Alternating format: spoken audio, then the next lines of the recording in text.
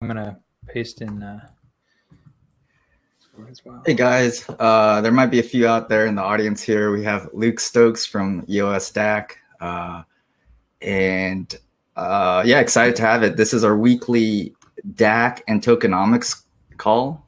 We had Haley from EOS Cafe last week, as well as Justin from EOS Silicon Valley, and so we're just trying to keep this going every week to talk about tokenomics and DACs and the future of, I think, the crypto economy. So thanks for having us. Just to be sure, if you guys can say hello on the chat window, if you guys are there, if anyone is there, just feel free to say hello. I don't know. Hey, there we go. Greetings. How's it going, Ray? So, but yeah, we'll get started. And I'm assuming everyone can hear us. Hey, how's it going, John? So yeah, just maybe introduce yourself a little bit briefly, Luke, and maybe give a background on EOS DAC, and then we'll just get started from there. And I'll just ask questions and yeah, sounds good. My name is Luke Stokes. You may know me as Luke EOS Proxy. I actually have a pretty well-supported proxy, which is kind of amazing. I kind of put that up there just as a way to help the network, help people vote for EOS block producers. I've been a Steam witness I've been on Steam for more than a couple of years, been a witness for more than a year. And a witness is essentially a block producer, just the same as EOS. And so I've got familiarity with delegated proof of stake, which is the consensus mechanism that makes EOS work. And I joined the eosDAC launch team. And it was interesting because I kind of went back and forth about whether or not I would. There were other block producer opportunities for me. I had considered even doing my own block producer. And I'm super passionate about the DAC concept. I've been in the blockchain space for more than 5 years. I bought my first Bitcoin in January 2013. And the idea of a DAC, when that started to crystallize, I was like, oh my goodness, a decentralized autonomous community, corporation, company, or DAO organization. I know you guys talked about that a little bit last week. Whatever way you want to define it. I really do look at it as an amazing opportunity to improve well-being on the planet, because a lot of the corruption we see, a lot of the centralization, a lot of the lack of transparency, a lot of just the governance issues that we see can potentially be improved with something like this. So I got really passionate about that idea when I heard there was going to be a community-run block producer where everybody's voice would be heard in a situation where often that's not the case. I was really excited about that. And I said, you know what, this isn't going to be the way that I can personally make more money. This isn't going to be a way that I can benefit my family. This is just something that I believe in, and I want to see more in the world, and I want to build stuff using the tools that we're creating with EOS DAC. So it's like a combination thing. EOS DAC is a community-owned block producer, and we're also pretty passionate about being a DAC enabler as well. So we're going to provide open source technology for anyone who wants to create their own decentralized autonomous community. Yeah, I think you're on mute. There you go.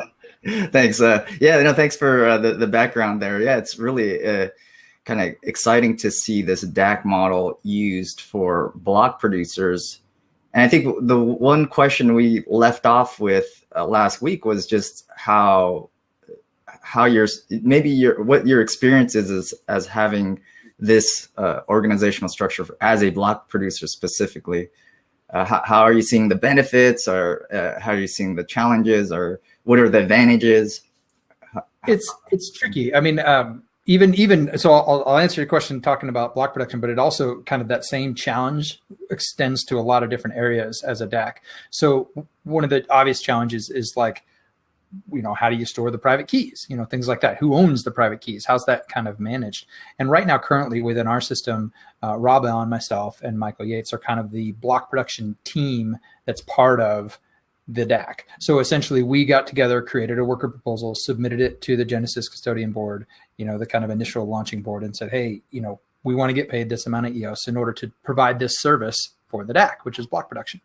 And that works relatively well, and that's essentially how the DAC functions. Everything that the DAC does has to go through a worker proposal. Someone has to say, hey, I'm going to provide value in this way, and I'd like to get paid in this way, compensated in this way, and then it goes through an approval process. That approval process right now, this is still kind of managed with Excel spreadsheets and things like that.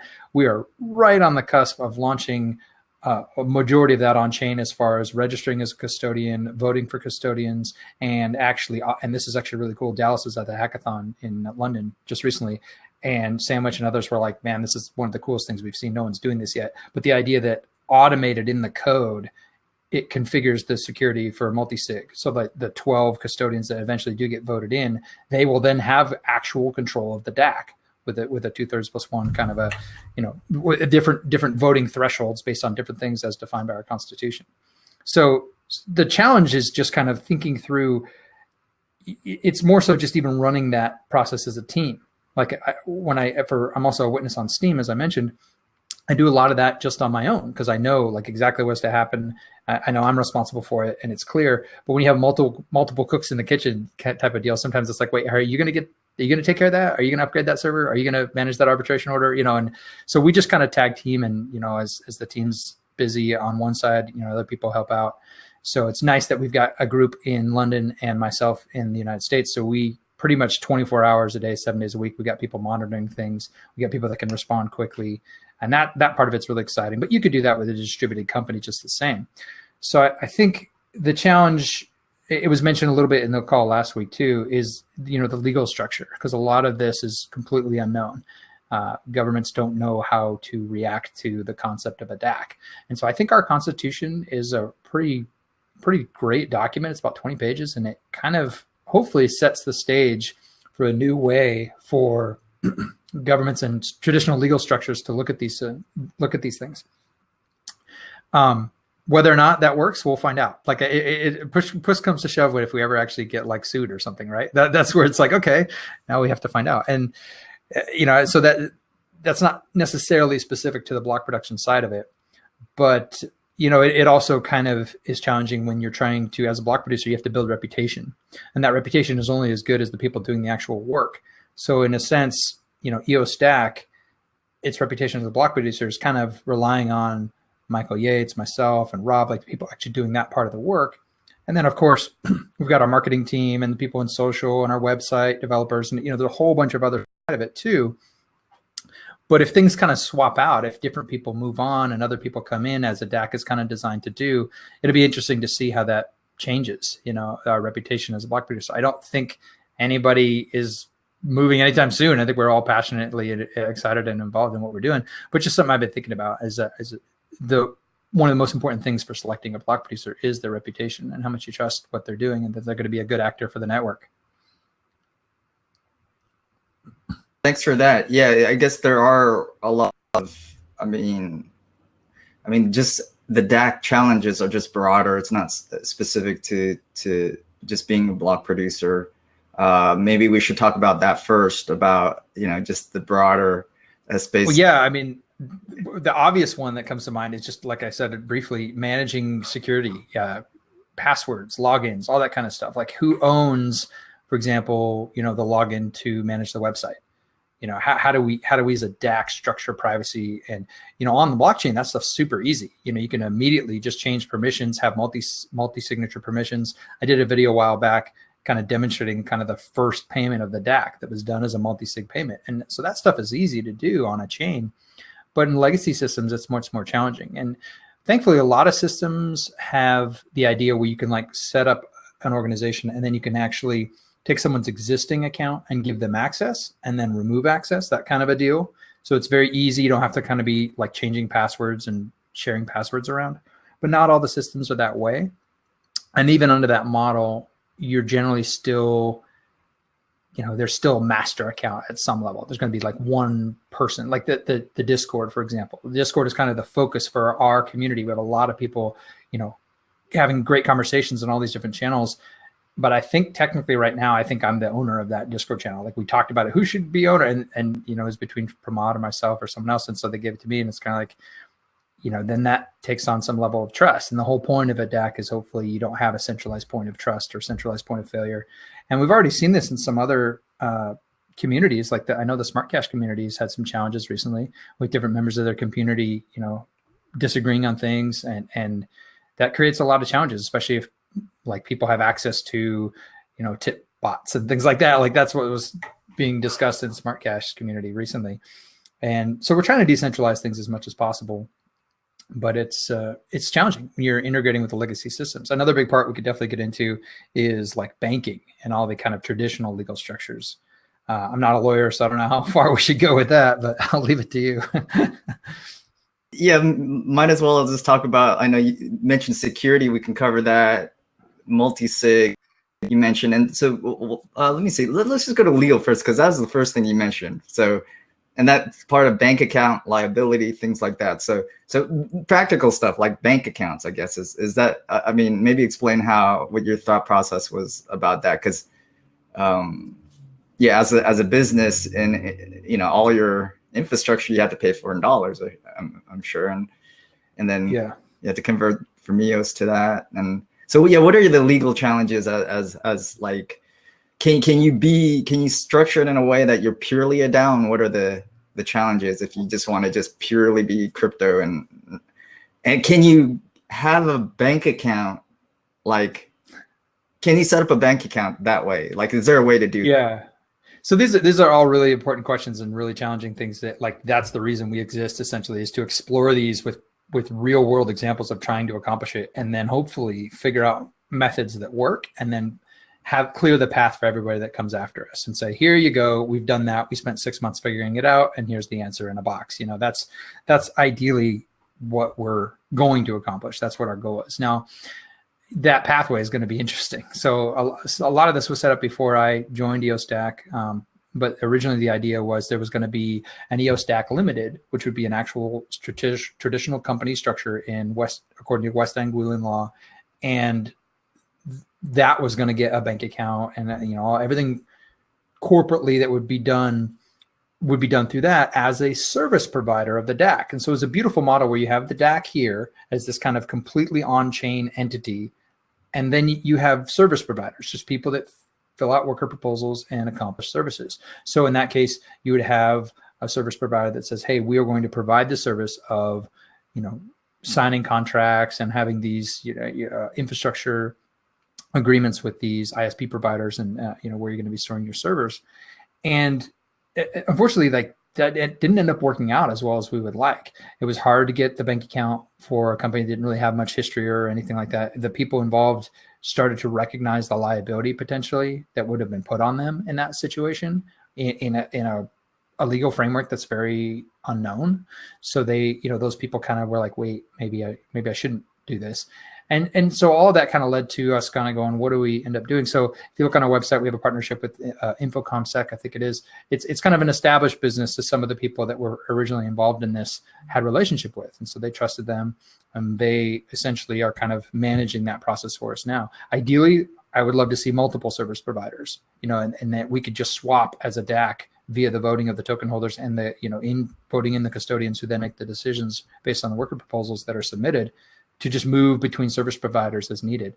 I think that's kind of the goal, and that you could have this DAO, this DAC that's independent, lives on a blockchain, does its own thing. And then you have all these kind of traditional legal entities, service providers, you know, and that kind of thing. But the trick with that then becomes even, you know, could it be seen that this DAC is employing people? You know, that's not really the case. It's just kind of like, hey, we're going to do stuff. And everyone says, yeah, we agree. And then there's, you know, funds available that the community kind of directs to incentivize those people to do that. You know, is that a form of employment, or is that just, you know, a contractor? Or, you know, what does that actually look like? How will that hold up if someone in that group, you know, gets upset and tries to, you know, sue somebody? Now, the interesting thing I've been thinking about this whole space as well is, you know, there've been a number, I mean, in my presentation, I kind of briefly touched on it for EOS Ignite, but there's been a number of, you know, kind of DAC DAO type worker proposal kind of systems. And I don't know of a whole lot of legal precedent. Like, I wonder sometimes, are we kind of worried about nothing, right? Are we all upset or freaking out about what could possibly bad happen? Where it's like, it's not like this is happening every day where blockchains and DACs are being, you know, dragged before the court and thrown in jail, right? Like, so part of me is kind of optimistic to just give it a shot. And I think that most people who want to get involved in something like this and actually submit worker proposals and do stuff like that, you know, they're enlightened enough to know what the heck we're doing and why it's important. And another big part of it too is, and I really stress this as being important, and I wish EOS had done this, they didn't, unfortunately, but the idea, if you want to participate in anything on our DAC, you actually have to read and agree to the Constitution. and we store that hash of that exact constitution you read on the blockchain for your account. So we can look at a timestamp and say, hey, we know that this person agreed to the rules that we, all kind of put forth. And that means that if there's ever some drama legally, we can kind of say, hey, you said you'd be cool going to arbitration. You said you were okay with this approach. And so hopefully that will give the members of the DAC some level of protection if something goes bad. But again, I'm not a lawyer, so none of that is lawyer speak. And I can't even speak for EOS DAC because, a DAC is a decentralized thing and I'm just one person. Yeah, no, that is so fascinating. And yeah, I think this is all experimental. So we'll see exactly what issues come up, especially kind of on the legal side. I just saw a comment from Sugarfix. Actually, they posted in our Discord just recently about all these different potential structures. A lot of them in the UK, like a syndication or syndicalism, a syndicate. So there are things that are being explored, like collaborative commons and ways that you set up governance for that. Yeah, I know that was you. That's why I was giving you a shout out. So thank you, Sugarfix. I'm excited that people understand the importance of this and they're willing to kind of like push the envelope and say, hey, let's try these existing structures. Let's see if they can meet our needs. And I've been recently kind of challenged even further. I went to Burning Man recently. I had the privilege of hanging out with someone by the name of Vinay Gupta, and he talked about what he's doing with Materium, in that when you take property and you move it from jurisdiction to jurisdiction, it actually changes its very nature as property based on the laws in that jurisdiction.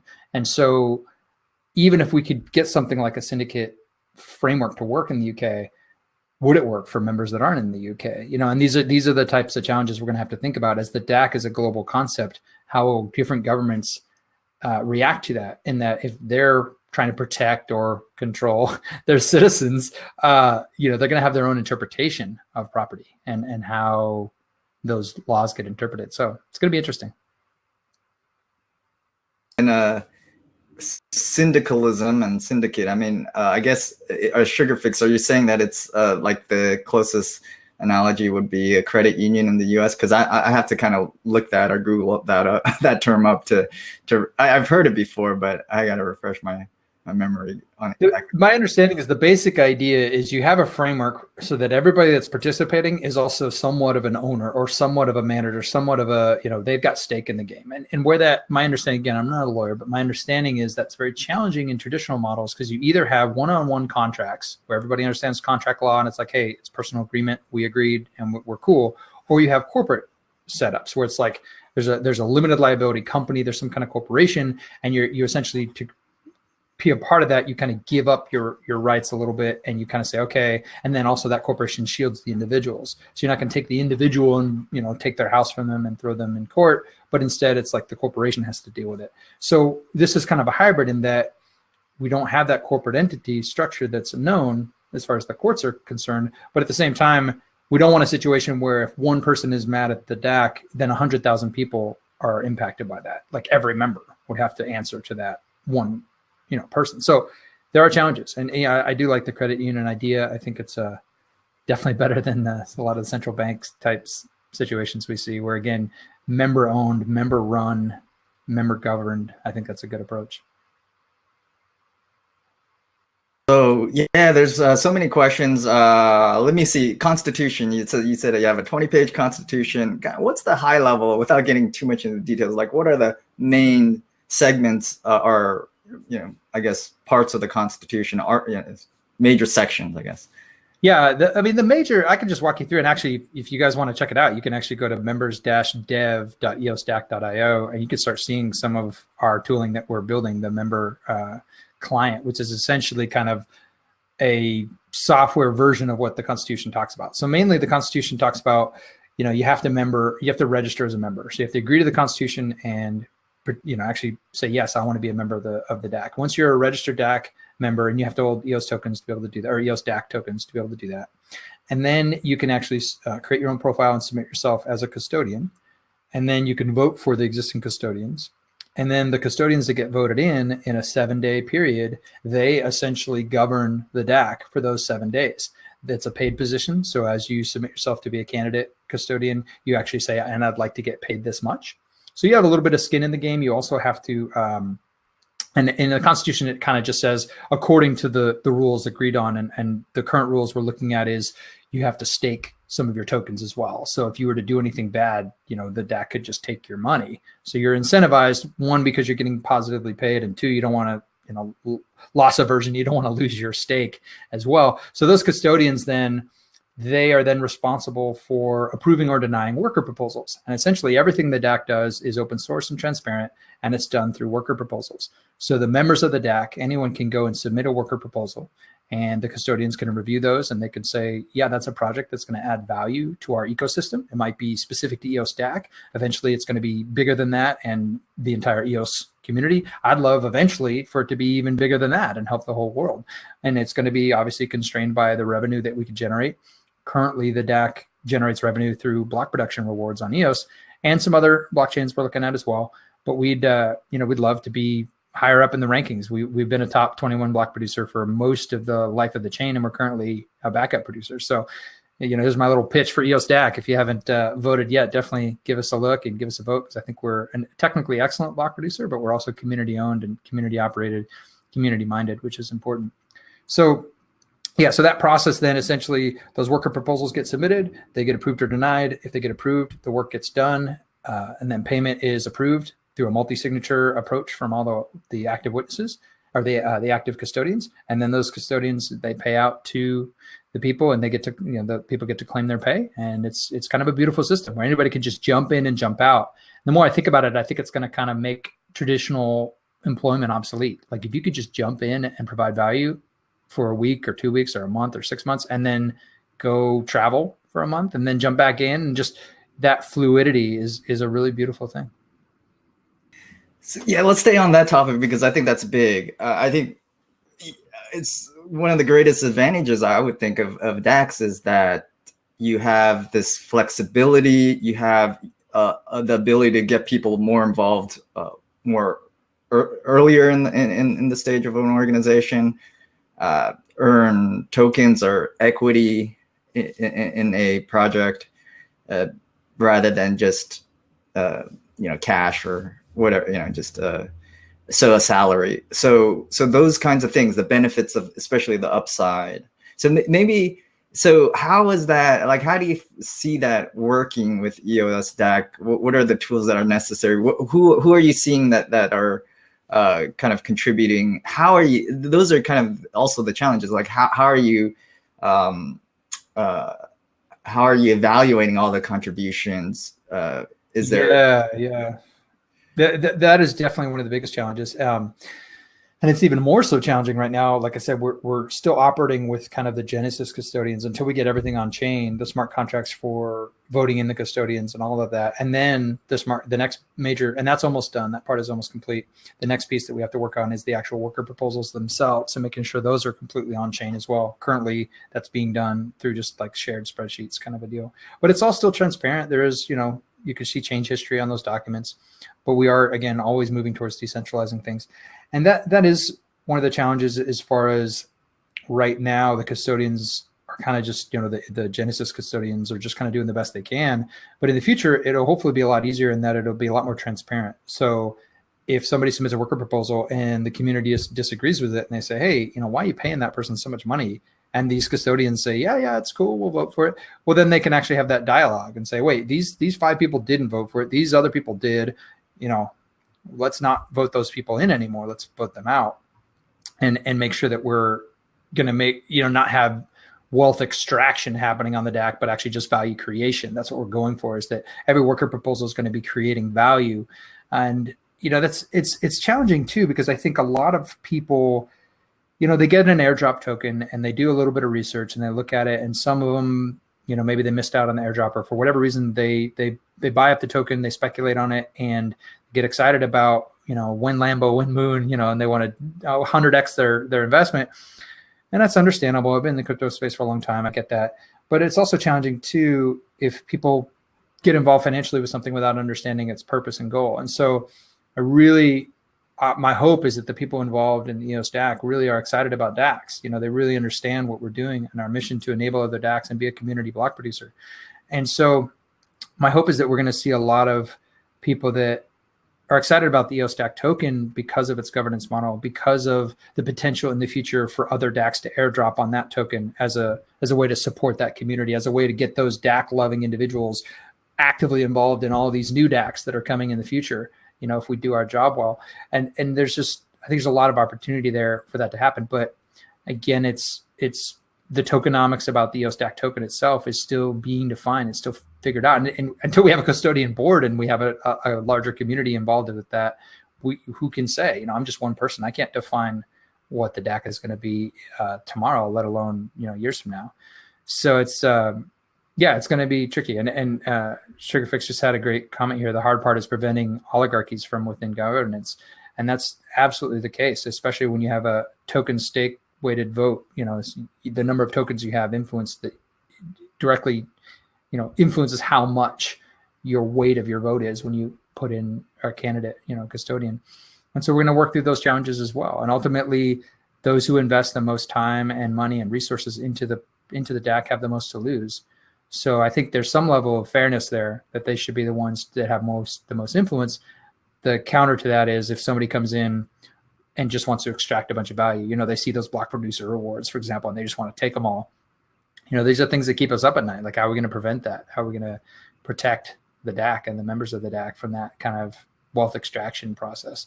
And, you know, we're going to have to be diligent enough to, I mean, I was given eosDAC tokens as part of the launch team. It's just a kind of a free gift. And there was no contract or anything. It was just like, hey, we're going to give you these tokens, and if you want to do some work, that'd be great. And I did. And I feel like I should have sold, you know, the price went up to like 20, 30 cents at one point, and it would have probably even been better for the community if I kind of sold into that irrational exuberance and then maybe bought back later. But, you know, I believe in the concept, so I didn't sell. And that's unfortunate. Maybe I should have. Maybe it would have been better for everyone. But ultimately, those who believe in the concept should either hold their tokens or purchase their tokens in order to prevent this value being extracted.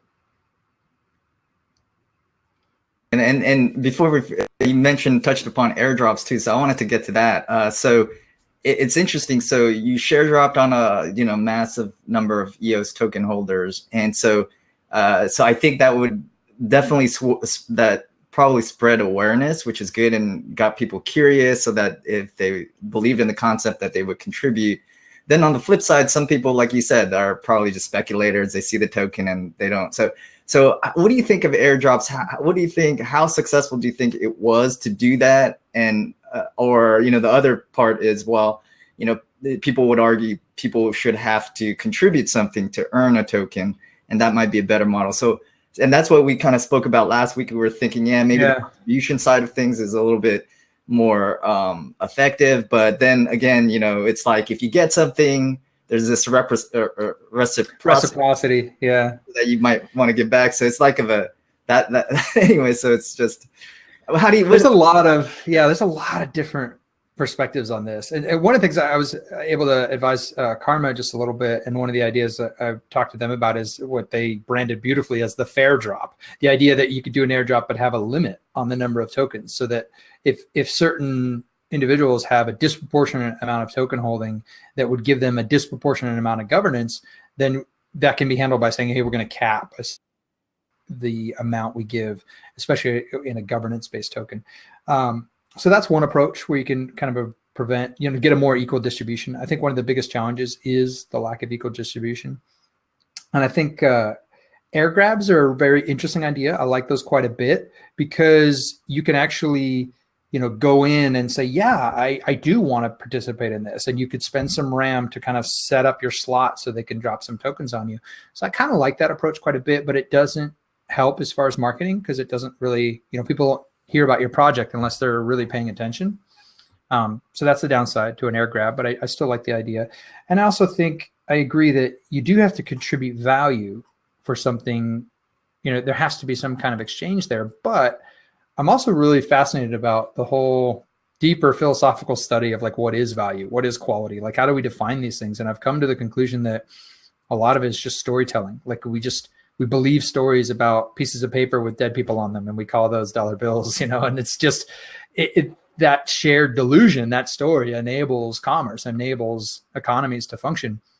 And so when I think about some of what we're doing in the cryptocurrency space, it's still telling stories, and that's okay, in that the network effect of EOS holders actually does create value. And so even just participating in this new paradigm of blockchain-based governance and blockchain decentralization and tokenomics and all of that is a valuable thing. And so, rewarding people for participating early and being early adopters, I think has some merit. I don't think it has all the merit though. So like, that's why I think proof of stake, for example, can get a little bit too crazy if it just, those who have the tokens get to have more and more and more tokens. Eventually it just gets so disproportionate potentially. So I like a worker proposal system balancing that out to say, hey, those who are actually creating value should be getting rewarded the most with value. So yeah, there's a bunch of different ways we can talk about that and think about it. I know a lot of people are really excited about kind of one human being, one vote, as being a more egalitarian approach. And I agree to that to a point. I also think there's a challenge that depending on the category, the context, and liquid democracy kind of touches on this a bit, we can set proxies for different categories, but you want the expert to be the one who's making that vote for you potentially, not just anybody. So like if I'm going to have open heart surgery, I want the doctor to be the one whose vote matters more than my gardener, right? Like that really matters. It's not just a matter of, well, you're both human beings, so you both get an equal vote. That's clearly not the case in most of our situations in our daily life. We want the people who are qualified to be making those governance decisions in the best way for everyone. So it's a challenge. And I think it's one of those things that we even as a species are kind of figuring out, because we kind of like, are we bonobos? Are we decentralized, free-loving animals? Or are we kind of like chimpanzees, these violent hierarchy animals? Like where are we? And we're kind of in the middle. And so we're kind of, and not everybody is, I think this distribution is different too. I think there are some people that are on one side of the spectrum and some people on the other. So as we figure out how we govern ourselves in community, we're going to hopefully figure these things out. And then the nice thing about a DAC is that not everyone has to agree completely when it's open source. Like you could just fork it, launch your own, do your own thing, and then you can have these different communities exploring different expressions of this. Yeah, that's a funny, I guess, analogy you're making of monkeys. So are the bonobos like the socialists and the the chimpanzees the capitalists? Is that like? No. Well, gosh, man, I hope not. If you were to compare violence with capitalism, some people try to make that connection, but I just look at capitalism as individuals controlling their own stores of value, as opposed to nation state governments. But there's a whole lot of different perspectives on that. But the funny thing about bonobos is they essentially greet each other with like sex. Like that's just the way it is. They're just completely totally cool about, hey, let's just all get along and have a good time. Whereas when two groups in chimpanzees, like when they go, man, it's just going to be fighting, and there's a lot of it's not good. You got the hierarchy. Alpha male is like beating everybody up and taking all the women and stuff. Not a good plan. So yeah, I prefer the kind of free love part. So but no, this is an important thing in terms of organizational structure though. That's the other big question, I think, which is you have centralization and decentralization, and where are the benefits of that? Because coming from more the traditional world and doing startups, or at least attempting, right? So you have this structure where it does incentivize you to kind of earn the most equity by providing the most, being a founder, being kind of the driving the project. And then you have this other idea where, hey, you should have a lot more people involved, and so there's this balance, and it's what's more efficient, because like if you're doing things 24/7, it's like you gain this level of expertise about a particular kind of business, and then but then other people, yeah, they I think there's ways for them to contribute, but maybe, I mean, how do you balance the kind of the equity of that? So the equity side of things, the more capitalist approach, where it's like, hey, whatever you're able to contribute as a founder, you kind of deserve more, right? And then it's more efficient too when it comes to organizing, because I'm sure like decentralized ways of organizing is just very slow and inefficient, right? So it can be. And again, this is what we at eosDAC are doing, is we're trying to build the tools, because nowhere in all of human history did we have the technology available to make a network as efficient as a hierarchy, or even more efficient than a hierarchy. That is a really new technological advancement as a species. And blockchains, to me, are one of the most beautiful examples of that. I mean, we're having this conversation right now through incredible technologies that enable us to do this. This is magic, you know, in previous generations, right? So I think that you can have efficient networks, you can have efficient decentralization, even if you have the proper tools and protocols in place to make that happen. So like Discord is an amazing tool that helps us collaborate. GitHub is an amazing tool that helps us collaborate. Trello, you know, setting up Trello boards and coordinating through that is a great tool. You know, we use Keybase for security, for secure conversations as block producers. Like all these tools exist to help us be more efficient. And back to kind of the equity question, I think it's a good way to think about it because you're still talking about story. Like we still would say, well, that guy did more. He's working 24 hours a day. He's got more expertise. He's better at it than any of us. We want that guy to be rewarded more because if he continues to be incentivized kind of selfishly to continue, then we all benefit. And there's a concept called psychological egoism. I did a post on Steemit about this, where it's essentially kind of my tagline right now is I want to create the world that we all want to live in. I selfishly want to improve everyone's lives because that improves my life and my existence on this planet. And so I've been thinking a lot about that idea to say that's essentially what we're trying to do. We're trying to create proper incentives that everybody involved wants to help everybody else. And so, yeah, and it's funny. I'm just looking at the chat. You know, there's a lot of discussions about, you know, whether it's socialists or whether it's like, you know, a DAC as a libertarians coming together around socialist principles, you know, hilarious to watch unfold, you know, and then there's, you know, responses saying, well, it's not really socialism. Syndicalism is a little bit different. And it's just, it's very fun that we get to have these conversations over rational dialogue as opposed to like guns and bayonets, you know, like the way these things were worked out in the ideological ages of the past were not very effective, right? I think it's another question too about Telos and my opinion on that fork and their approach to the fair drop. You know, I haven't looked at it a whole lot. I know there was a lot of drama early on and a lot of people are like, we're not going to support them at all. I personally think that the EOS.io software is amazing in terms of its potential. And I'm supportive of everybody using it however they can to improve the world. So I'm not going to be like all angry or against them. But I'm also not going to be like supporting somebody who wants to take, you know, make certain promises and then do other things that don't fit those promises. And I'm not saying Telos did that, but there's different stories and perceptions about how things are handled. So yeah, it's one I don't have a strong opinion on yet, but I do like that we're exploring the software and how it can be used in the real world. That's a good thing. And I think it should continue. And, you know, we, even at eosDAC, we did a post, you know, we're talking about DAC chain as a concept as well. This idea that we are going to explore the EOS.io software and potential tweaks to it in order to specifically empower DACs. And from that, we're hoping we're going to learn a lot of interesting stuff that could actually contribute back to EOS.io and make it better for everybody. So DAC chain, I did see that on the roadmap that you guys have. And so maybe a little bit more deeper into that. What is it? You know, what? Yeah, well, actually, I wish we had the website. I've seen a website that's being built for DAC chain that looks great. I mean, it's pretty basic, but it just has the roadmap of DAC chain as a concept. I think a lot of our DAC enabling toolset providing type stuff will be kind of talked about more in the DAC chain site, and then probably more of our block production on the EOS, you know, the eosDAC.io site. But DAC chain essentially is going to be, as far as I understand, is going to be, and again, Michael Yates and others are kind of spearheading this project.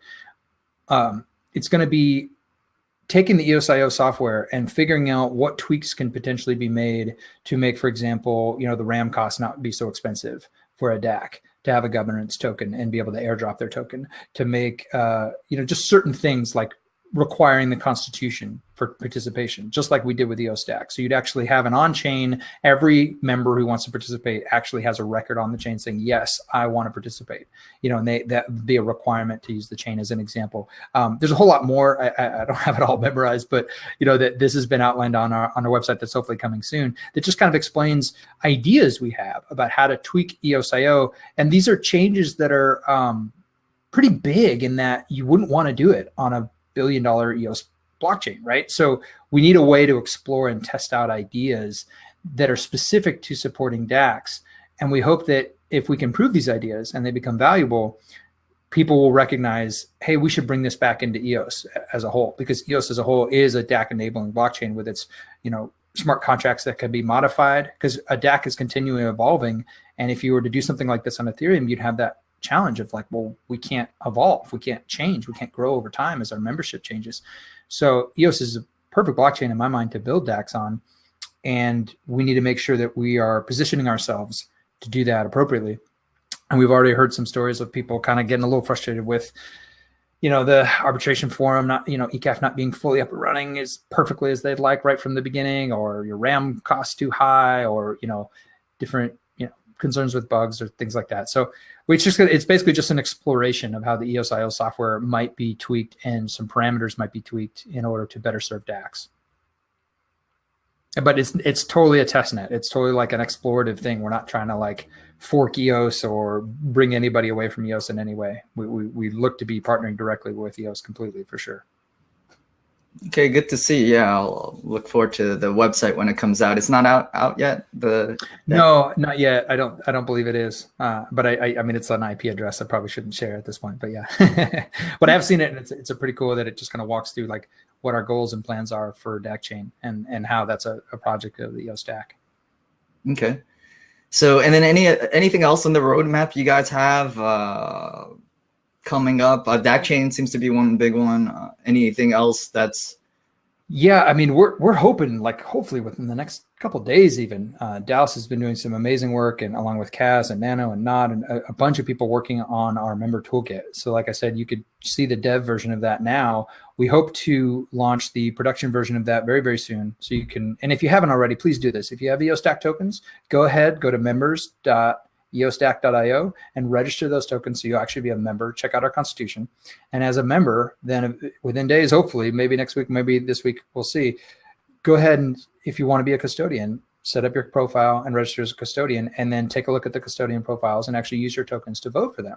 With that process in place, once we reach the 15% kind of voter threshold defined in the Constitution, we will have the ability to actually exist as a DAC on the chain.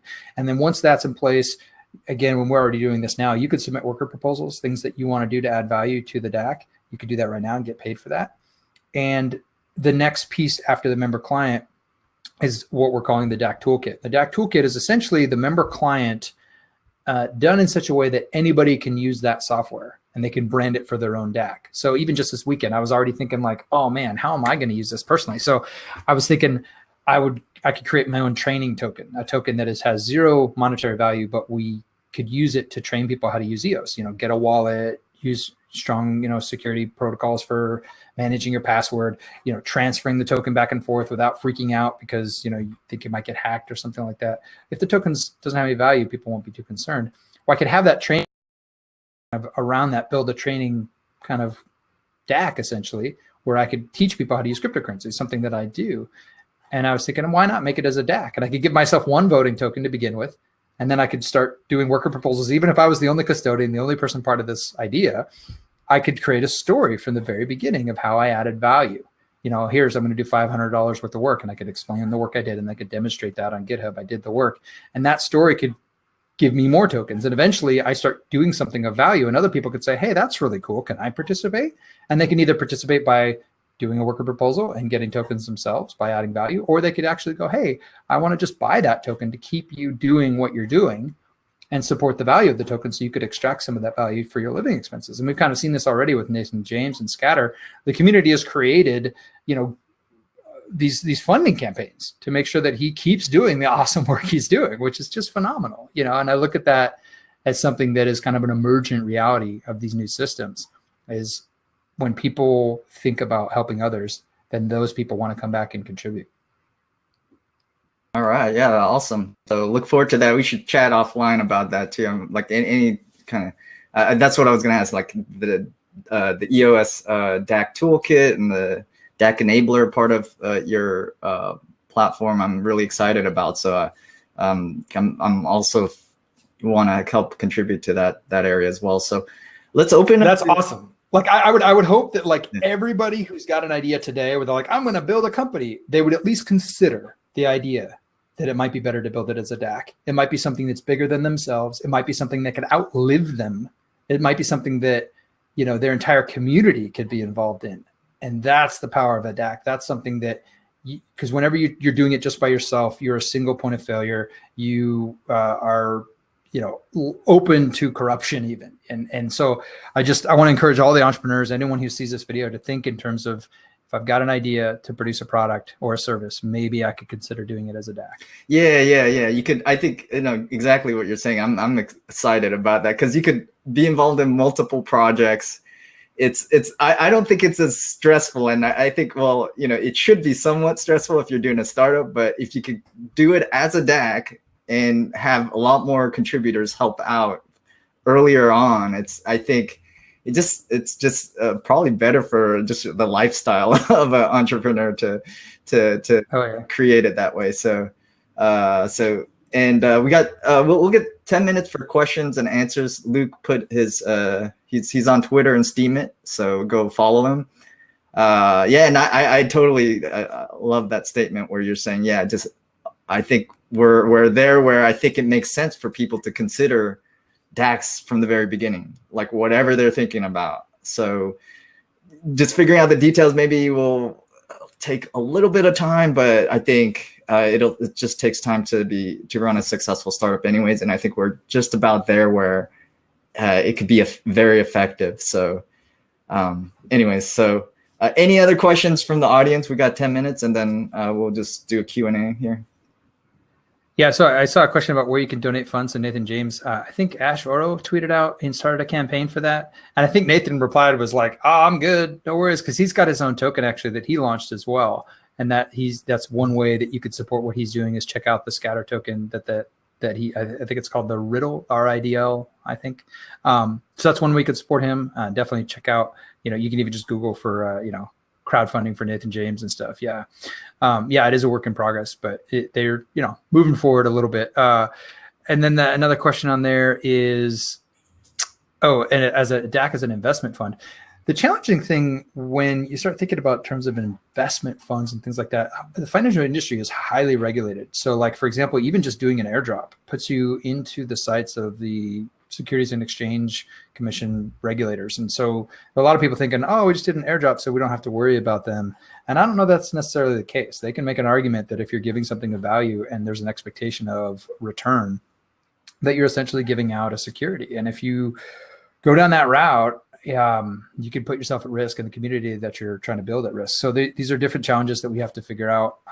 Again, I'm not a lawyer. I don't have good answers for how that would work, but I would ultimately like to see people try. I mean, the idea that I like to promote is that if there's no victim, there's no crime. And we do have a lot of laws on the books that are essentially just threats of violent force against peaceful people. And I'm not okay with that from my own, philosophical stance on morality and ethics and virtue. So I think we can progress as a species. The more we just start doing awesome, amazing things that benefit humanity, and the more we demonstrate transparency through a blockchain to show, look, this is, multi-signature controlled, and there's no way people can get hacked, and there's a way to do time delayed transactions, for example. That's another big thing that we're going to have as part of DAC chain, so that even if a bad actor does come in and try to steal all the funds, we have the opportunity to say, oh, that transaction's delayed by 6 hours, so let's go cancel it and prevent that theft from happening. So as we can start demonstrating to the world better mechanisms of regulation and governance that actually function well, I hope that the laws will actually change. And so then you will start seeing a lot of DAC funds and things like that because they just work better and it protects property better.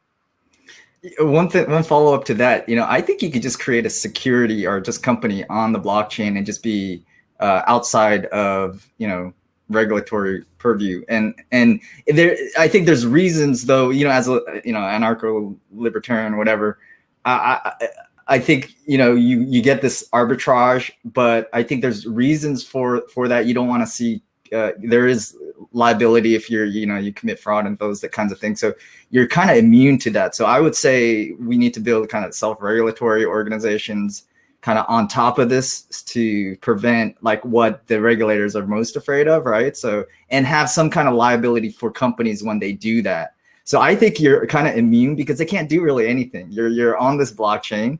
They can try all they want, but you can't really shut it down. So I've actually heard that exact argument. I mentioned Vinay Gupta earlier. It was really interesting when he talked about, this is one of the first times in history, in human history, where you can have the concept of property that can't be confiscated.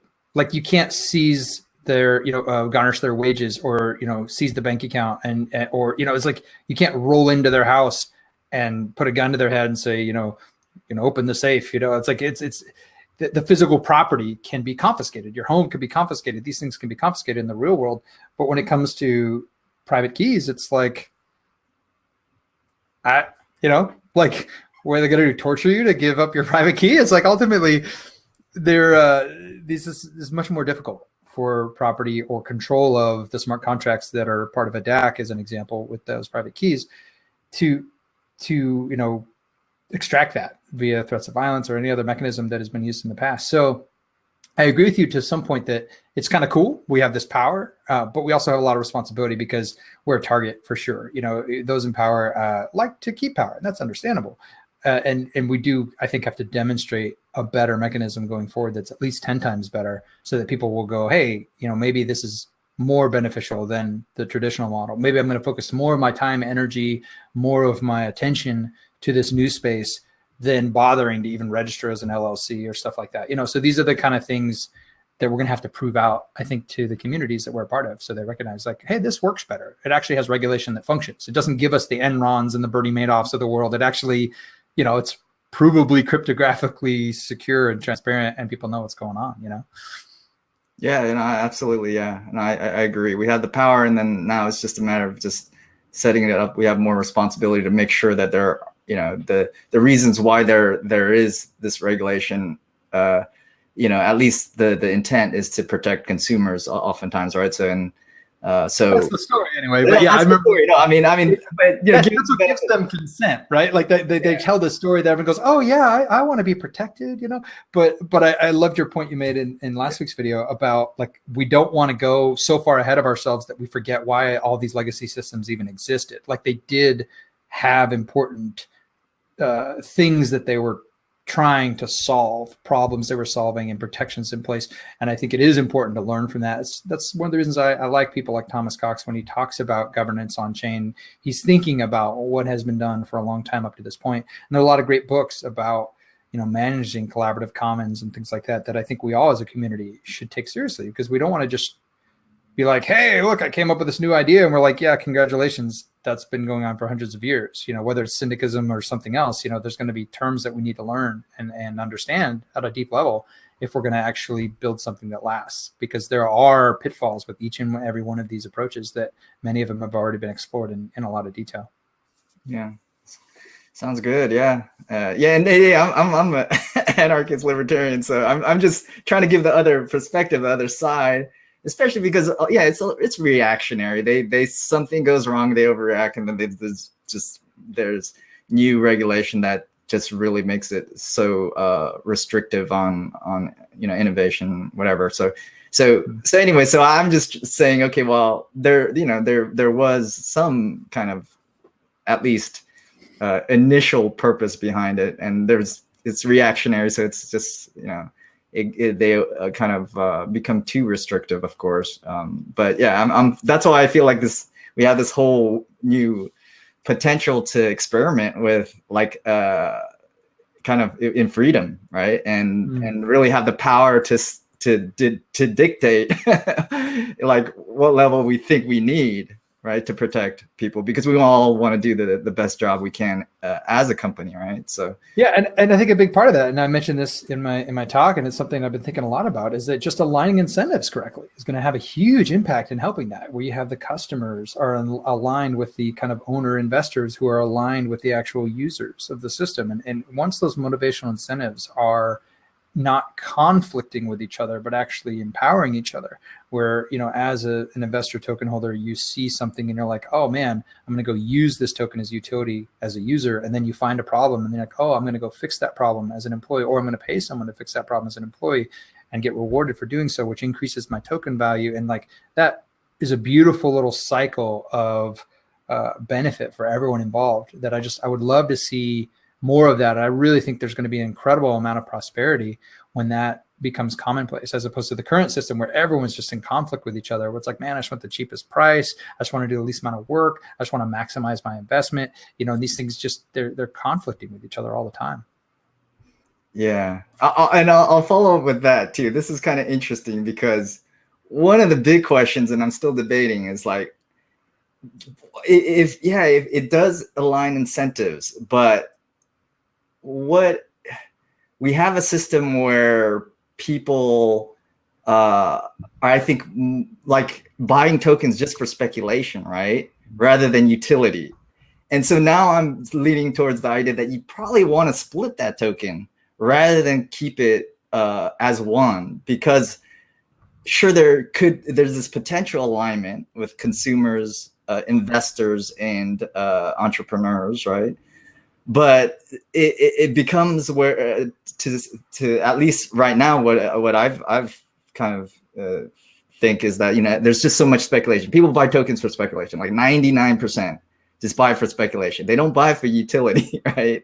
And so does that make sense? And maybe a stable token and equity type token is probably a better way of getting the utility side just from the stable token. Yeah, the equity token, which is more like shares in a company. I'm starting to think that's probably a better transition, at least before we get into a system where it's just one token for everything. Just because at least the practical reality is that people just speculate right now with tokens. Like 99.9% of all tokens are for speculators. And you got like, and this is, EOS has an issue with this too, because like EOS is becoming more like, okay, well, you have the RAM token, it's for speculation. And like, so I like that they're splitting it up in a way. You have this EOS token and these other tokens for other purposes, for resources. So it's like, okay, I like the idea that they're splitting it. NEO split gas, they split gas and the NEO kind of equity governance token. I think that's probably a smarter way than just having this one token. But what's your thoughts? I'm just... Yeah, no, it's actually, I've been thinking a lot about that as well. I do think that, and until people can figure out what the number one is, like what's the base, what are we building on top of, they get a little flustered. It's like we're kind of recreate the story from scratch, and we have to use the components of the story to create the story. So it's very challenging to start from nothing. Like how do you create a currency from zero, right? I have a friend that I talk to about this stuff often, and he was joking about the Rick and Morty episode where they convert the number one to zero, and their entire community collapses. If you've not seen that video, that Rick and Morty episode, it's definitely worth watching. But the idea that a stable token, a pegged asset such as BitUSD or Steam blockchain dollars, or these Tether, I know the Winklevoss twins just came up with their own. These stable tokens to the US dollar, or gold or silver or the yuan or some other kind of known store of value, I think is possibly a good step to moving in a direction that makes more sense. Because then that's kind of like, okay, if you do $500 worth of work, and I can look at that story and go, yeah, that looks about $500 worth of work. And if you do 10,000 EOS DAC tokens worth of work, well, was that when the EOS DAC token was 20 or 30 cents? Or was that when the EOS DAC token was 1 or 2 pennies, right? So the purchasing power of these store of value tokens matters in those discussions. And if that is fluctuating wildly, it can be very difficult for people to latch onto a story of value that they believe in. So I agree. I think we have to explore all these different models of how we do the tokenization and the tokenomics and the incentives. And I think that it is a great idea to have kind of an equity token. But again, we have to be very careful how you go about doing that. You can't just be like, well, I'm on a blockchain, so it doesn't matter. Like, they'll still come after you and say, look, you did a security without following our process. And so we have guns and you don't, and we're going to get mad at you. That is a reality we live in. I think it will probably just be a matter of time before people are actually thrown in jail for doing some of these ICOs. And, it's been in the news, people that are being sued for, or not sued, but basically, millions of dollars of liability from the government because they launched an ICO. So, and they didn't go through the proper securities process of creating, an actual security token, which can be done. It's just, it's expensive and costly. So yeah, I'm looking forward to exploring all these different approaches. I would hope we live in a world where everybody can just be an adult and take personal responsibility. So you either contribute or invest in a project or you don't. And if you lose all your money, you go, oh, well, I'm an adult, I'm take personal responsibility. And then also too, I think we need identity and reputation. So if somebody does scam somebody, they can't just like disappear, show up again and keep doing it. We need to hold people accountable. We're not going to have trust in the system, and you're not going to get institutional investors as well unless there's that stability and trust. So, these are some of the challenges we got to figure out. Yeah, I'm with. No, thanks for that. Yeah, I agree. And I'm with Ray and Sugarfix. I'll probably go outside the U.S., Cayman Islands, wherever it is, and find. And even with that though, like I've heard people talk about that a lot. Like that even limits your protection though, because you live here. You know what I mean? Like if you're still within the U.S., you're still under that jurisdiction, and just doing an offshore whatever. I know I've heard that there's limited success with that. So we'll see.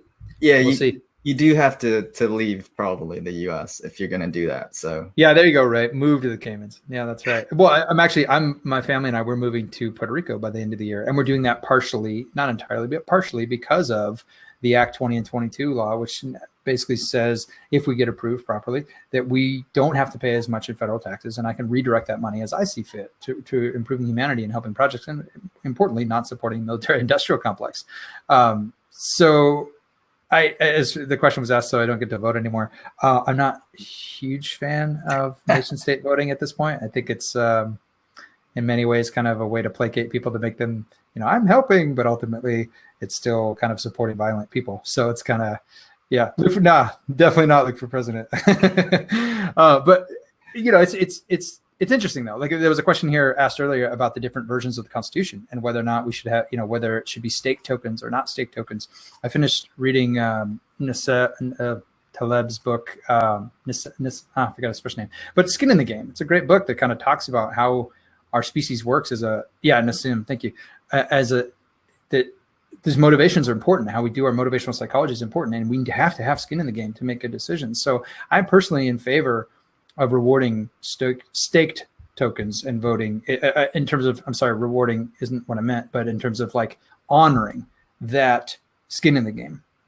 There's a challenge when you start rewarding actual voters, because then you're going to start manipulating that signal to noise ratio. You're trying to get signal out of a vote, but if they're just doing it to get the reward, then they may not actually be putting in the effort to make a good vote, and it might be a bad vote for the network. So there are a lot of challenges. Whatever you start rewarding via extrinsic motivational incentives, you can get distorted markets, distorted situations. So I do think that skin in the game is important. I do think that stake tokens is a nice idea because it's a provable way to say, hey, these people are committed to X amount of time to being involved in this process. So yeah. Yeah, thanks so much for your insights, Luke. We're just getting past the hour here on this broadcast. So I think, yeah, we're good. Hopefully you come back often. We'll do this weekly. Yeah. You can chat with Haley and Justin, and maybe people in the audience we could bring in next time as well. So really appreciate it. Really a lot of insights. Any parting words, any last words you want to say? I would just say again, please give EOSDAC server your consideration for BP vote. We definitely would like to have more revenue as a concept so we could keep doing these awesome things. And again, our revenue source right now is that block production rewards. And again, I think we're a great, technically excellent block producer, and we've got a great community that's supporting that. And if you're not really sure who to vote for on EOS, check out EOS. It's Luke EOS Proxy actually is the account, and I'm at EOS Proxy as well. I think last I checked, 2.5 million EOS tokens have trusted me with their vote. So that's really cool. And definitely I'm always open to your input as far as how that account votes. So definitely check that out as well if you're looking for a good EOS proxy to handle your token voting. And those are my 2 pitches. Thanks for the opportunity. All right. Thanks a lot, Luke. Thanks a lot, guys. We'll see you next week. All right. Take care.